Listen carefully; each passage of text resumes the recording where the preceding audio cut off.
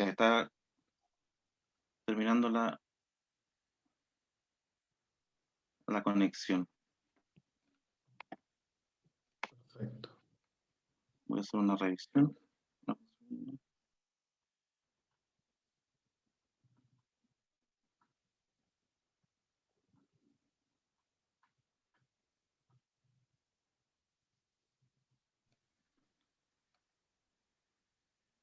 Hola a todos, muy buenas tardes. Vamos a esperar unos minutos para que se conecten más personas. Estamos recién iniciando la transmisión entre Zoom y Facebook Live. Vamos a dar unos minutos.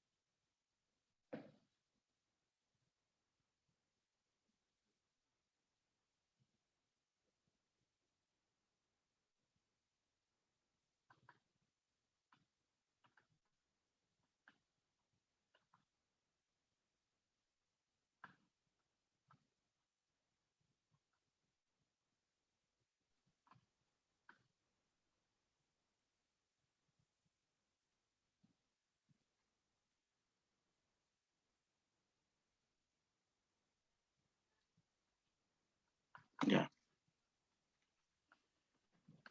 Hola, muy buenas tardes a todos los que se están conectando. Mi nombre es Lorenzo Palma, soy periodista del Instituto Milenio de Biología Integrativa y Bio, y le damos la más cordial de las bienvenidas a nuestra primera presentación de un ciclo que vamos a realizar durante este año.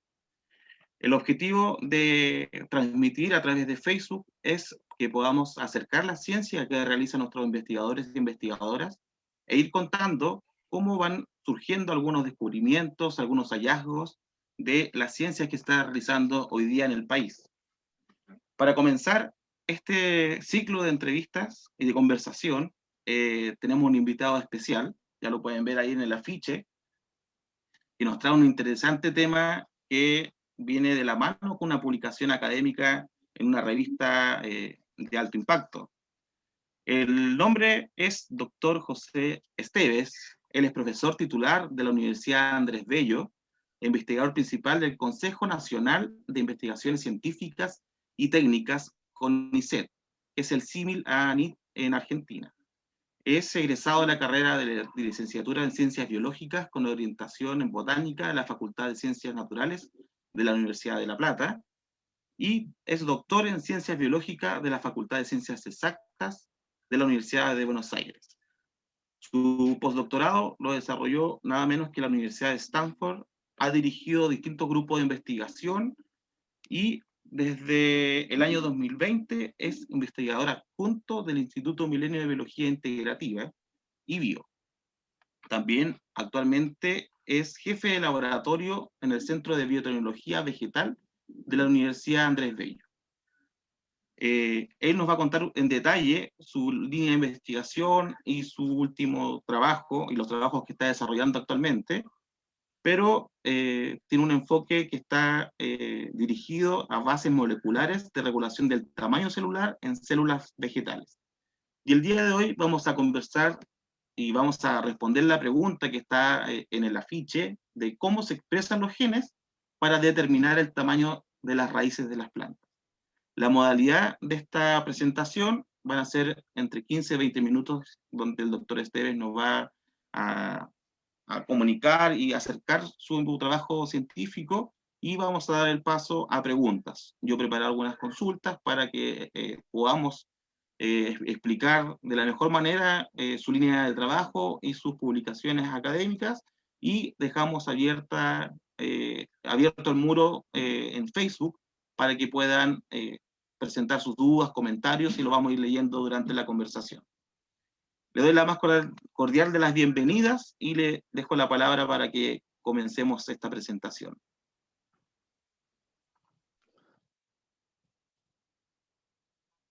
Bueno, Lorenzo, muchísimas gracias por la invitación. Y ahora voy a compartir mi pantalla. Realmente para mí es una muy linda oportunidad para poder contarles un poco lo que hacemos en el laboratorio.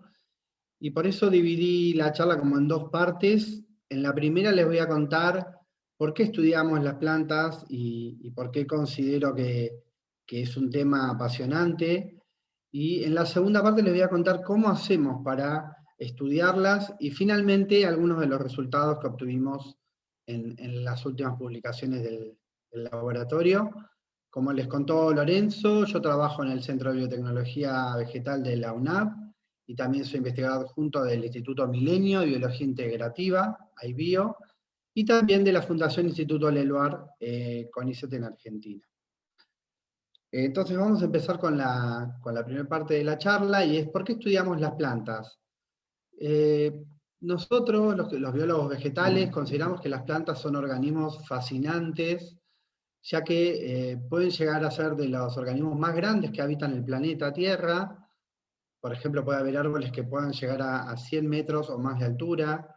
Puede haber, o son de los organismos más longevos que actualmente viven en el planeta, que poblan el planeta. Hay hasta árboles de 5.000 años. Y algunas por ejemplo, de características así que sobresalen es que hay plantas que llegan a formar flores de más de 1 metro de diámetro. O sea, realmente son organismos fascinantes. Pero también desde un punto de vista aplicado son muy importantes para el desarrollo de la humanidad, porque obviamente son productores de metabolitos útiles, por ejemplo, vitaminas, cafeína, eh, morfina, etcétera. O sea, hay un montón de metabolitos que realmente utilizamos de ellas. También en los últimos años se empezó a ver a las plantas y sobre todo a la celulosa, que es el polímero más abundante que existe en el planeta, como una fuente de biocombustibles. Y eso es algo que todavía está en desarrollo, que falta generar más tecnología, pero hay una tendencia en algunos lugares del mundo a producir biocombustibles con una mucho menor huella de carbono para el planeta. Y también las plantas son muy importantes como alimentos, y en los últimos años se está tratando de mejorar su calidad nutritiva. De hecho, acá solamente les menciono 3 ejemplos. Un arroz que se ha enriquecido en hierro, que es muy importante para la alimentación en muchos de los países del planeta, sobre todo en el sudeste asiático. Hay arroz, por ejemplo, enriquecido en vitamina A. Y en los últimos años también, por ejemplo, se están desarrollando tomates que son enriquecidos en antioxidantes. Por eso se ve con este color más oscuro con respecto a los tomates comunes. También en Japón, hace unas semanas, salió un tomate que produce GABA, que bueno, es una molécula de interés médico. Entonces, como podemos ver, o sea, haciendo ciencia e investigación podemos mejorar la calidad de los alimentos que consumimos. Entonces, desde un punto de vista como más general, el por qué estudiamos a las plantas es porque incrementa nuestro conocimiento acerca de la vida en general, es decir, que nos dan placer y belleza, pero también nos ayuda a alimentarnos, a vestirnos, mantener nuestra salud y finalmente a ser más felices. Es decir, eso sería como una razón más global. Pero hay un problema actual que los que trabajamos con plantas realmente nos estamos planteando, que es cómo podemos producir más alimento. Como pueden ver acá, los niveles de población en el mundo van a seguir aumentando cada vez más. Ya pasamos los 7.000 millones de habitantes, ya vamos a llegar casi a 8.000 millones, 8 billones, y se predice que para el 2100 va a haber 10.000 millones o 10 billones. Entonces realmente vamos a tener que producir más alimentos con menos tierra y con menos fertilizantes. Y eso va a crear una presión sobre la demanda de alimentos. Entonces realmente tenemos que empezar a desarrollar tecnologías que nos permitan enfrentar este desafío. Este desafío que tiene un contexto climático global muy complejo, donde ya estamos viendo cambios en el clima, aumento de una temperatura promedio en el planeta, pero cambios bruscos de temperatura, de lluvias y demás, que también afectan la productividad. Entonces en el laboratorio nos empezamos a plantear qué podíamos hacer para contribuir a esta gran problemática mundial, y uno de los aspectos que nos interesó son los macronutrientes, es decir, que uno para producir alimentos necesita suelos nutritivos. Y dentro de esos nutrientes, ustedes saben que están como macronutrientes el nitrógeno, el fósforo y el potasio. El potasio y el nitrógeno son renovables, entonces ahí no habría mayoritariamente un problema, pero el fósforo es un macronutriente no renovable, que según algunas estimaciones en 100, 150 o 200 años se acabaría, porque es una roca. Entonces, lo que nosotros nos planteamos es cómo podemos mejorar la captación de fósforo, de fosfato, por las plantas y hacer este proceso más eficiente. Entonces, si tenemos en cuenta este contexto de cambio climático global, las plantas cuando crecen enfrentan diversos factores ambientales, diversos estreses, le llamamos ambientales, acá nombro algunos solamente, como la salinidad, la escasez de agua o sequía y los cambios bruscos de temperatura. Entonces es como que los cultivos van a tener que ser capaces de seguir produciendo en mayor cantidad bajo estas condiciones desfavorables, para lo cual vamos a tener que desarrollar plantas superadaptables. Entonces, en nuestro laboratorio tenemos como objetivo, queremos aumentar la productividad de las plantas de interés agronómico mediante la mejora de la adquisición del fosfato, que como les dije es un recurso que va a ser cada vez más escaso. Y aumentar la captación de este nutriente, pero encima en condiciones de estreses ambientales múltiples. Entonces nuestro objetivo a largo plazo es desarrollar plantas superadaptables al cambio climático aplicando ciencia básica, que es lo que nosotros sabemos hacer en el laboratorio. Y ahora les voy a contar un poquito cómo lo hacemos y qué planta usamos. Nosotros utilizamos esta planta que tiene un nombre no tan común por ahí para ustedes, que se llama Arabidopsis, que es una planta modelo. Cuenta con muchísimas ventajas, porque es muy chiquita, es muy fácil de crecer en el laboratorio, es fácil de amplificar, es decir, de obtener semillas, y en 50 días somos capaces de tener una generación desde la semilla a la planta, ahí de nuevo a la semilla. Y podemos preguntarnos hacernos muchas preguntas genéticas sobre todo, y podemos contestarlas más o menos rápidamente. Entonces, por eso Arabidopsis es un sistema ideal para trabajar en el laboratorio. Ahora les voy a contar un poquito por qué me interesan las raíces. Acá les traigo 2 videos como para que ustedes se vayan imaginando que las plantas cuando crecen en el suelo en realidad lo que hacen es desarrollar sistemas de raíces que son sensores que van explorando el suelo. El suelo es un ambiente muy heterogéneo, donde hay espacios de aire, espacios de agua, la distribución de los nutrientes es muy desigual. Entonces, la planta necesita desarrollar estas raíces y estas células que ven acá, que se van desarrollando a través de la raíz principal, son lo que se llaman los pelos radicales, que es lo que estudiamos nosotros en el laboratorio. ¿Por qué los estudiamos? Porque estos son las células donde entraría el agua y los nutrientes a la planta. Entonces nosotros creemos que si podemos entender cómo crecen estas células, podemos maximizar su crecimiento y finalmente podemos mejorar la productividad de las plantas.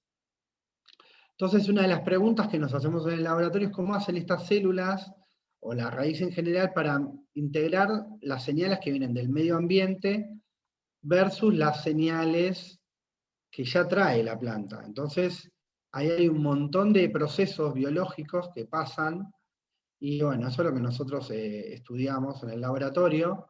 Este es un ejemplo para que vean cómo cambia el largo de estas células cuando el suelo tiene fosfato, fósforo, casi no crecen, pero cuando no hay fósforo en el suelo, las células crecen mucho, porque son células que van en busca de los nutrientes. Entonces son súper importantes. Y en el laboratorio entonces estamos tratando de entender cómo podemos maximizar la captación de este nutriente en condiciones de sequía, en cambios de temperatura, que lo vemos habitualmente, y, por ejemplo, en condiciones de salinidad, que es otro de los grandes problemas que tienen los productores en el campo. Esto es un ejemplo para que ustedes entiendan a escala de laboratorio. Nosotros somos capaces de poder ver una de estas células y poder mapear qué es lo que pasa dentro mientras van creciendo. Más allá de cuál sea el metabolito que estemos mirando, la molécula señal, podemos de alguna manera ir siguiendo el crecimiento de estas células y ver qué pasa a medida que van, por ejemplo, percibiendo el agua y los nutrientes. Es decir, que contamos con tecnología realmente muy buena a escala de una sola célula. Entonces nos podemos preguntar muchas cosas y ver qué le pasa al crecimiento de estos pelos radicales. Recientemente sacamos un artículo, dice un poco el por qué nos convoca en esta charla. No se las voy a hacer muy compleja porque yo sé que hay público con diferentes background, algunos científicos, otros no. Entonces lo que hicimos fue estudiar qué pasaba a temperatura ambiente y a 10 grados con el crecimiento de las raíces y de los pelos radicales. Entonces pueden ver que a temperatura ambiente, a 22 grados, los pelos crecen una cierta longitud, pero a 10 grados lo que vimos fue que crecían muchísimo más, lo cual nos sorprendió, porque uno creería que cuando pone una planta y le da frío, generalmente el crecimiento de toda la planta se detiene. O sea, la planta, como no es una condición óptima, deja de crecer. Y eso es verdad para toda la planta, menos para esta parte de la raíz. Y entonces nos preguntamos, bueno, ¿qué mecanismo molecular específico está actuando en estas células que hace que estas células puedan crecer mientras que el resto de la planta no? Y bueno, encontramos un mecanismo molecular muy lindo, muy novedoso, no voy a entrar en detalle, pero lo importante es que este mecanismo lo que hace es dirigir la expresión de los genes dentro de estas células y las hace crecer más. Entonces creemos que esto podría tener una aplicación biotecnológica, sobre todo en lugares de climas fríos, donde podríamos hacer que las plantas en forma constitutiva crezcan mucho más rápido. Y bueno, vamos en esa dirección. Entonces un poco lo que les quería contar también es que si bien la gran mayoría de las investigaciones que hacemos en nuestro laboratorio están hechas con esta planta modelo, que se llama Arabidopsis, que ya les conté, la idea es poder pasar toda la información o todo lo que nosotros vamos estudiando a modelo de plantas con interés agronómico. Para eso estamos implementando en mi laboratorio y en otros laboratorios, trabajar con Brachypodium y arroz como un modelo de cereales y tomate como un modelo de frutales. Y entonces lo que nosotros nos planteamos a largo plazo es poder desarrollar plantas súper adaptables. En este caso para que puedan ser mejores captadoras de nutrientes, específicamente fosfato, es el que más nos estamos focalizando, pero hay muchos grupos trabajando en nitrato, inclusive en el iBio, y están haciendo avances súper interesantes. Y finalmente lo que queremos es mejorar la productividad, tanto de granos como de frutas. Ese es nuestro objetivo a largo plazo. Simplemente no es una tarea fácil, por eso acá les voy a mostrar cómo es el proceso que va desde el laboratorio hasta el mercado. Le doy el crédito a Raquel Chan, que me pasó esta diapo, del Instituto de Agrotecnología del Litoral, y básicamente Raquel con su grupo, y también en otros grupos en Chile, como Simón Ruiz, han logrado desarrollar cultivos resistentes o más tolerantes a la sequía. Entonces uno va del laboratorio, encuentra genes candidatos interesantes, hace pruebas en el invernáculo, y después lo que hace son ensayos a campo. Y si tiene suerte, puede sacar algún producto al mercado. En el caso de Raquel Chal, ellos pudieron sacar el trigo HB4, que es resistente o más tolerante a la sequía.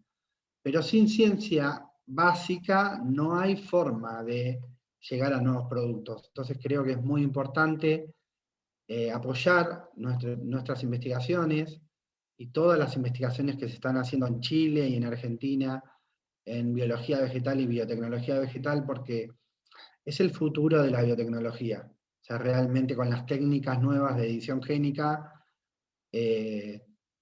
como que se superan los problemas regulatorios que tienen los transgénicos y realmente se va a poder desarrollar tecnológicamente todos los productos importantes para el agro. Bueno, ya para ir cerrando esta charla, que era simplemente contarles una idea general interesante que estamos desarrollando, que nos va a llevar mucho tiempo y necesitamos el apoyo y de mucha gente. Este es el laboratorio cual yo lidero, que somos un gran equipo. Es muy interesante porque es multicultural, hay gente de Argentina, de Chile, de Cuba, de Venezuela, y tenemos hasta un becario chino que trabaja desde China. Bueno, con esto también quiero agradecer a muchos de los colaboradores, obviamente que para este tipo de proyectos tan ambiciosos hay que trabajar de forma interdisciplinaria y de forma cooperativa a nivel internacional, entonces obviamente colaboro con gente de Argentina, con grupos de Chile, pero también de Francia, de Bélgica y de China. Y finalmente, para cerrar esta primera parte de la charla, les dejo con algo de arte y ciencia, porque obviamente que uno es científico, pero le interesan otros temas también. A mí me gusta mucho el arte. Entonces, en base a nuestras investigaciones, cuando publicamos un paper, le pedimos al editor si nos permitía hacer una ilustración de la tapa de la revista, y bueno, tuvimos la suerte que en 2 oportunidades pudimos publicar en esta revista, que es excelente en plantas, estas 2 tapas que tienen como una descripción más artística de las raíces y de los pelitos radicales. Bueno, con esto dejo de compartir pantalla y abrimos al auditorio las preguntas. Gracias, José, por la presentación.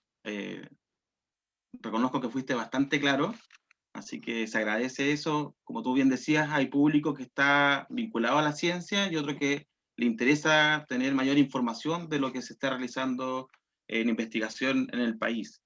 Dejo la palabra a las personas que estén conectadas a través de Facebook para que puedan ir planteando sus preguntas, pero mientras van escribiendo, yo me quedo con una frase que tú dijiste, que las raíces son sensores que van explorando el suelo.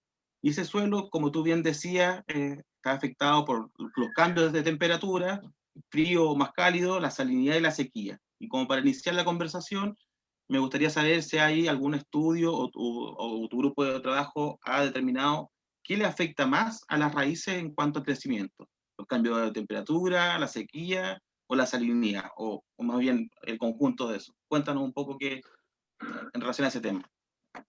Bueno, en general estas condiciones son todas condiciones que limitan el crecimiento, pero lo que estamos viendo es que la salinidad es uno de los grandes obstáculos al desarrollo vegetal y a la productividad. Entonces estamos dedicando un proyecto solamente a estudiar qué pasa con la presencia de sales en el suelo y cómo limitan la captación de nutrientes.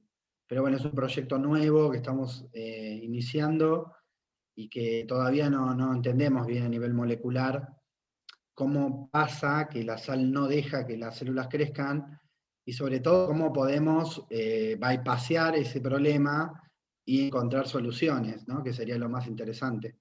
Pero bueno, estamos en las etapas iniciales, diría yo.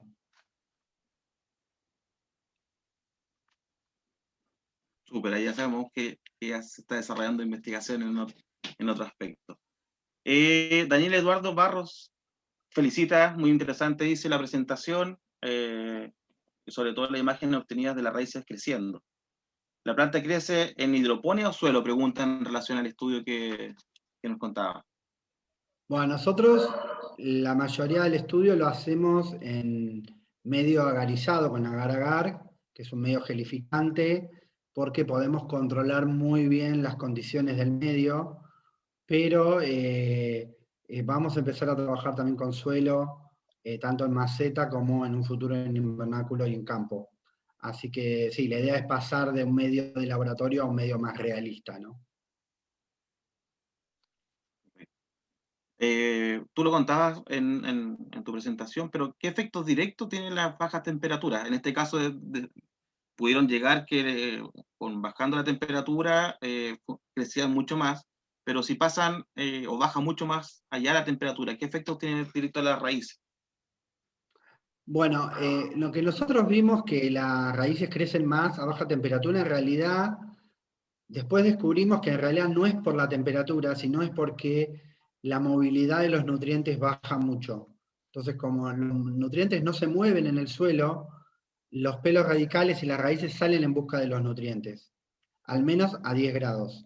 Si uno baja más la temperatura, ahí sí empieza a haber problemas, porque afecta la fluidez de las membranas, afecta el metabolismo celular en general, pero a 10 grados, que sería una temperatura baja leve, en realidad lo que vimos que es un problema con los nutrientes, no con la temperatura en sí. Ah. Les recordamos que pueden hacer sus preguntas a través de Facebook. Nosotros vamos a ir leyendo en los próximos minutos. Hay algo que en la presentación no dijiste y me gustaría que pudieras profundizar un poco en temas de metodología.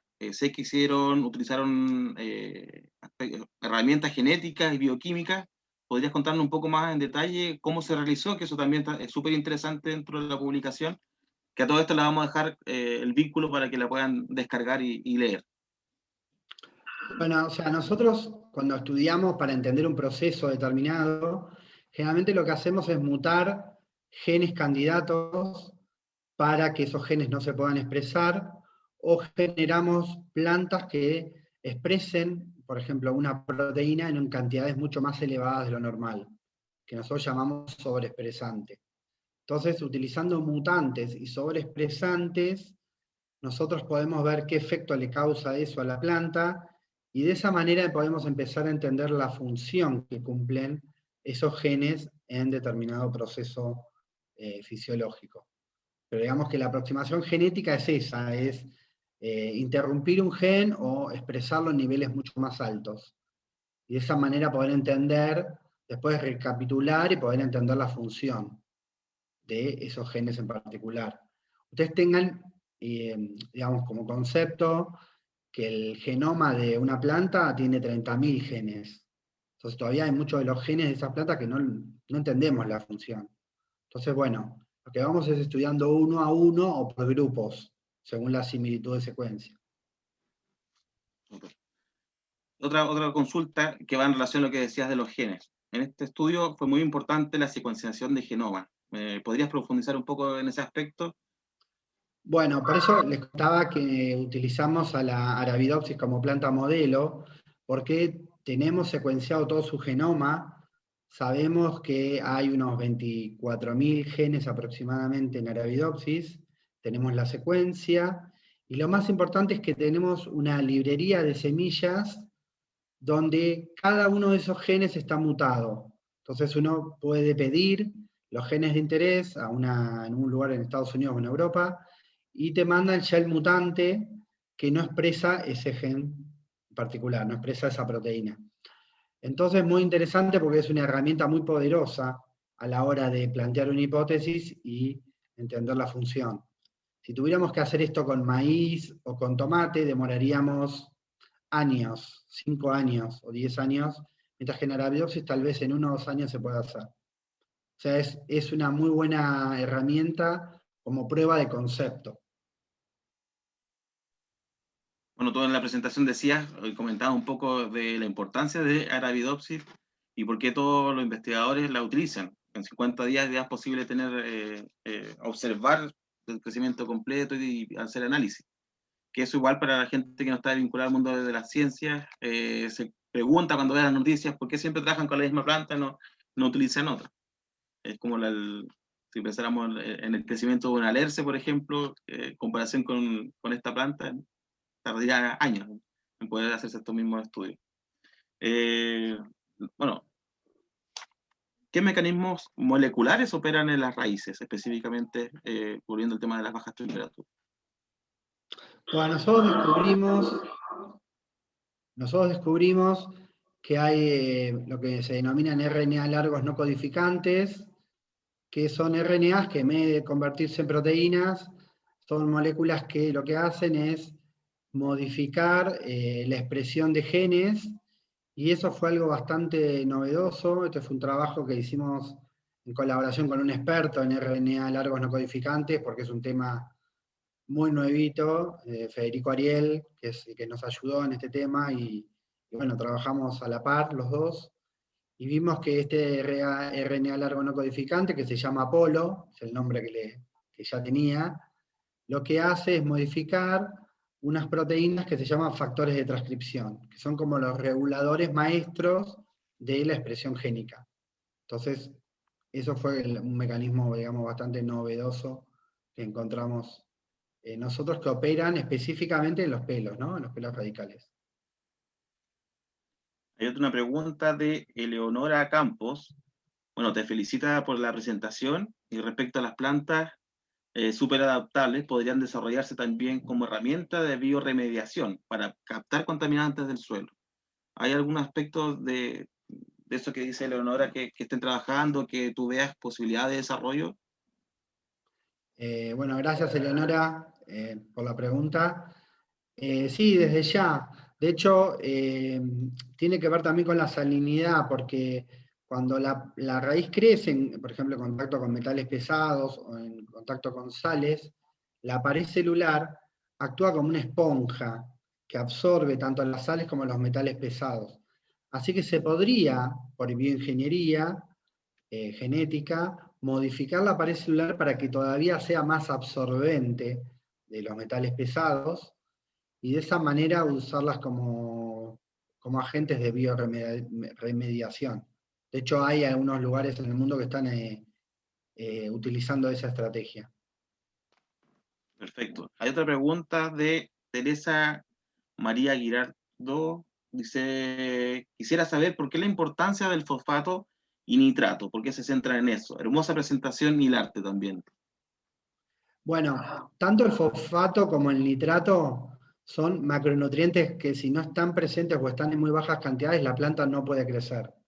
¿Por qué? Porque los usa para armar ya sea ácidos nucleicos, o sea, los constituyentes de las células, de proteínas, de lípidos, de ADN, ARN, o sea, todos los componentes que forman parte de una célula están formados tanto por nitrato, por fósforo, nitrógeno, fósforo. Entonces, la planta los necesita para poder crecer. Y puntualmente a mí me interesó el fosfato porque no es renovable. Entonces es por eso que creo que va a ser un gran problema a futuro, y es algo que tenemos que empezar a estudiar a fondo desde ahora. Bueno, mencionabas que están trabajando en temas de salinidad. ¿Y qué otra investigación en curso estás llevando, dirigiendo o participando actualmente? Bueno, estamos trabajando con muchos de los componentes que regulan el crecimiento de los pelos radicales. Digamos, no quiero ser demasiado técnico, pero también estamos empezando a trabajar con altas temperaturas, porque cuando uno piensa en cambio climático, no solo aumenta la temperatura promedio, sino que hay picos de temperatura, tanto alta como baja. Entonces estamos empezando a ver de qué manera las raíces soportan las altas temperaturas, y si podemos, porque sabemos que es un estrés importante para el crecimiento, y tenemos que ver de qué manera podemos alivianar ese estrés para que la planta siga creciendo más o menos normalmente, o tolerando el calor. Entonces eso es algo que estamos empezando recién ahora también en el laboratorio. Pero bueno, cada línea es como que abre un abanico de aspectos que, bueno, que hay que ir cubriendo, ¿no? Pero es apasionante realmente, es un mundo inagotable de experimentos que hay que hacer. En relación a ese entusiasmo y ganas por seguir avanzando en el conocimiento y obviamente en ciencia básica, ¿qué es lo que te motiva más? En tu presentación hablabas de dar respuestas también a las demandas de alimentos, bueno, a las condiciones climáticas que van a ir perjudicando algunos cultivos. A ti como investigador, ¿qué es lo que te apasiona y te motiva a seguir haciendo, planteándote preguntas y buscando la respuesta? Bueno, a mí, o sea, hay varios niveles para responder esta pregunta. La primera es poder desarrollar recursos humanos de calidad, que eso creo que es fundamental y eso es algo que creo que estamos logrando. O sea, para mí es muy importante ver cómo mis estudiantes hacen un doctorado, luego se pueden ir al exterior y van a los mejores laboratorios del mundo, y algunos por ahí después deciden volver a Argentina o a Chile, otros no, pero digamos el desarrollo de una masa crítica de gente formada en estos temas me parece como fundamental, ¿no?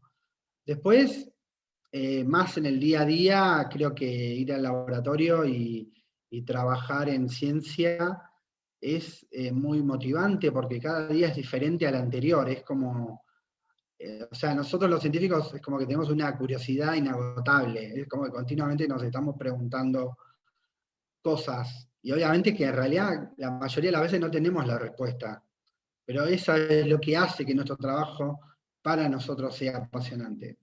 El ir en la búsqueda de algo que nadie más en el mundo sabe. Y yo creo que ese es un punto que la verdad que agradezco a la vida, a mi familia, a todos los que me posibilitaron poder elegir lo que hago actualmente. O sea, realmente me hace muy feliz.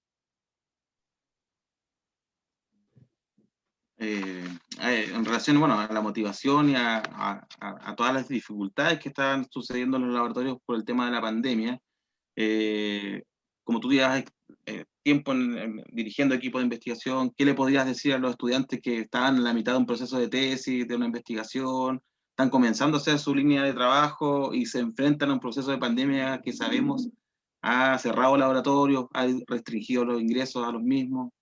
¿Qué le podrías decir tú a estas personas? Bueno, como todo momento difícil, lo que hace falta es mucha resiliencia y creo que los estudiantes sobre todo tienen que pedir ayuda. Pidan ayuda a sus directores, a sus propios compañeros, a todas las personas que los rodeen.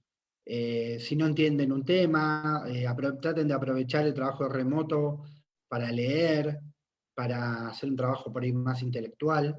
Y bueno, la parte experimental sí va a ir más lenta, hay que tener mucha paciencia, pero no quiere decir que no se puedan hacer cosas. Yo creo que igualmente, por ejemplo, la lectura es fundamental, porque no se olviden que nosotros estamos leyendo trabajos de grupos que trabajan en todo el mundo. Entonces, todos los días sale un trabajo nuevo, uno o varios, y nosotros tenemos que estar al día con eso.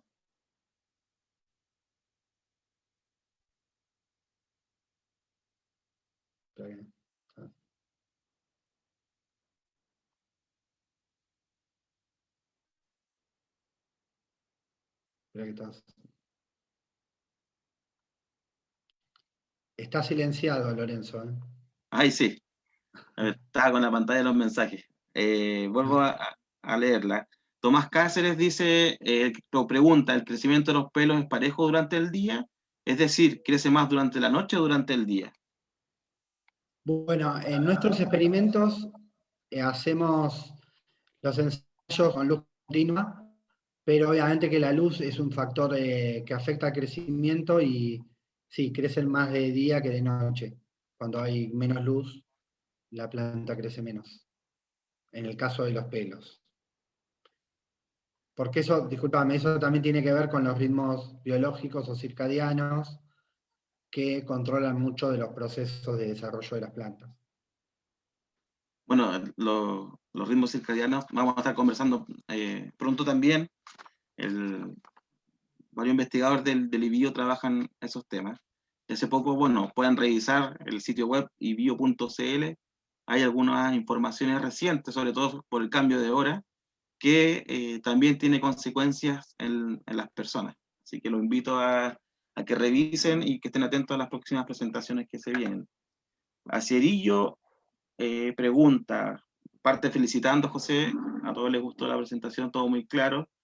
Y felicita sobre todo por el intento de realizar ciencia aplicada también en plantas comerciales, dice, en arroz o bachipodium. Mi pregunta va relacionada con qué, dado los cereales poseen una raíz bastante distinta, se ha descrito si estas especies tienen pelos radicales y el crecimiento de estas células es similar a Arabidopsis. Gracias y saludos. Sí, en general, yo diría que todas las plantas, al menos todas las que conocemos, forman estas células que salen de la raíz principal.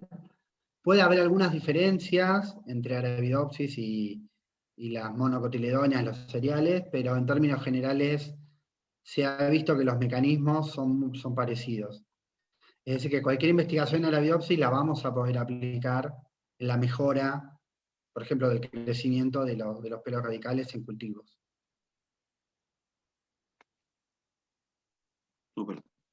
Vamos a ir cerrando, vamos a cumplir ya los 45 minutos de presentación y esta ronda de preguntas. Y bueno, hablabas de eso, el cambio climático y la producción de alimentos. Sabemos la importancia que tiene la ciencia básica, que es avanzar en el conocimiento, tú lo decías también, de dar respuesta a muchas preguntas que no hay información o todavía no hay una respuesta certera acerca de los temas.